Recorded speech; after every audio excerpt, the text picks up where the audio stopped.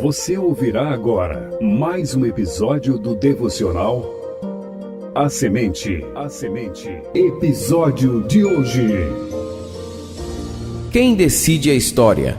Episódio número 9 da série As Maravilhas do Natal. Apresentação: Missionário Genoan Lira.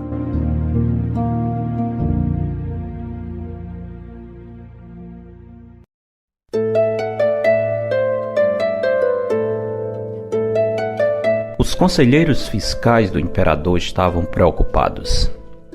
A arrecadação do império estava em baixa. Tal situação era um grande e perigoso sinal de alerta. Sem arrecadação suficiente, toda a estrutura do fabuloso Império Romano poderia entrar em colapso. Por isso, talvez por orientação dos seus conselheiros ou por decisão pessoal, César Augusto, fazendo pleno uso dos seus poderes, decretou um recenseamento, mas com uma nova exigência. Todos deveriam ser contados na cidade dos seus ancestrais.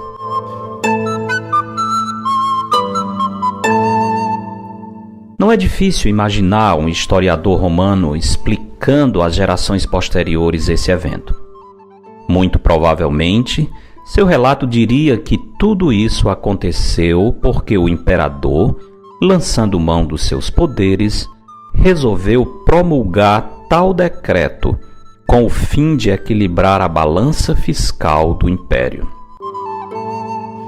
Aos olhos dos romanos, o recenseamento que obrigou José e Maria a viajarem da Galiléia para a Judéia era uma mera providência administrativa.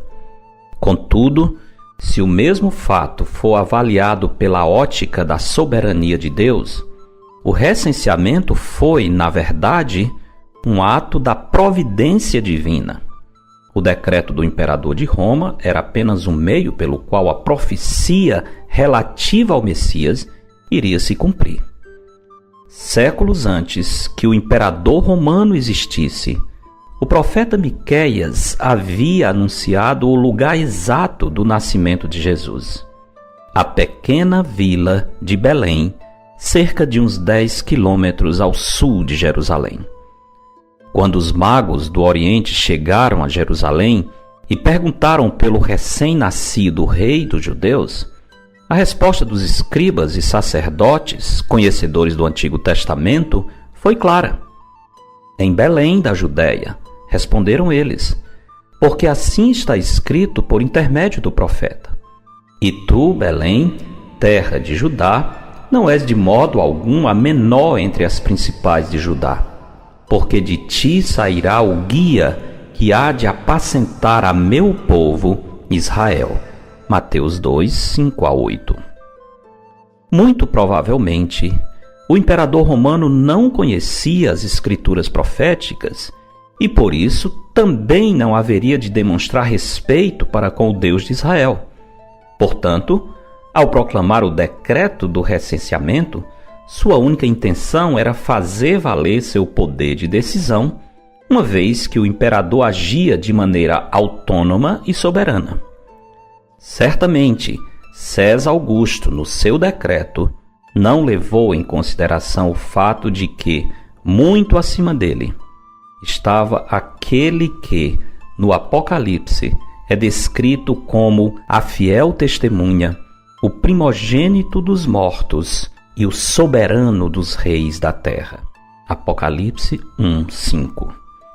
Mas a suposta autonomia do governante romano não invalida o fato de que a história na terra segue aquilo que foi traçado no céu.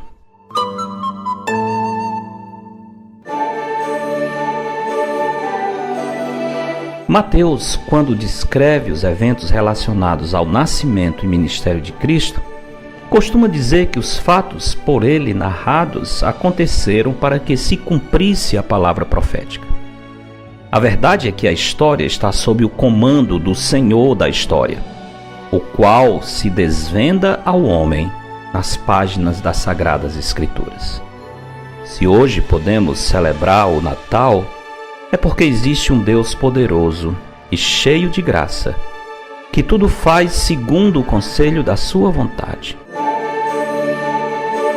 Como é bom conhecer e crer nesse Deus que, apesar da sua infinita glória, é também o nosso Emanuel, o Deus conosco. Porque dele, por meio dele e para ele são todas as coisas. A ele, pois, a glória eternamente. Amém.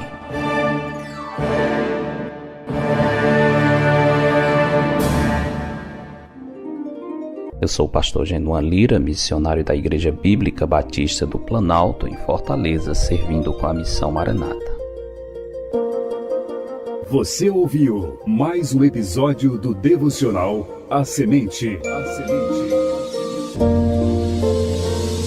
Para entrar em contato, escreva para pastorgenuan@gmail.com. Tenha um bom dia na presença do Senhor. Edição Rádio Web CBR Esperança, sintonizando e direcionando suas afeições a Deus.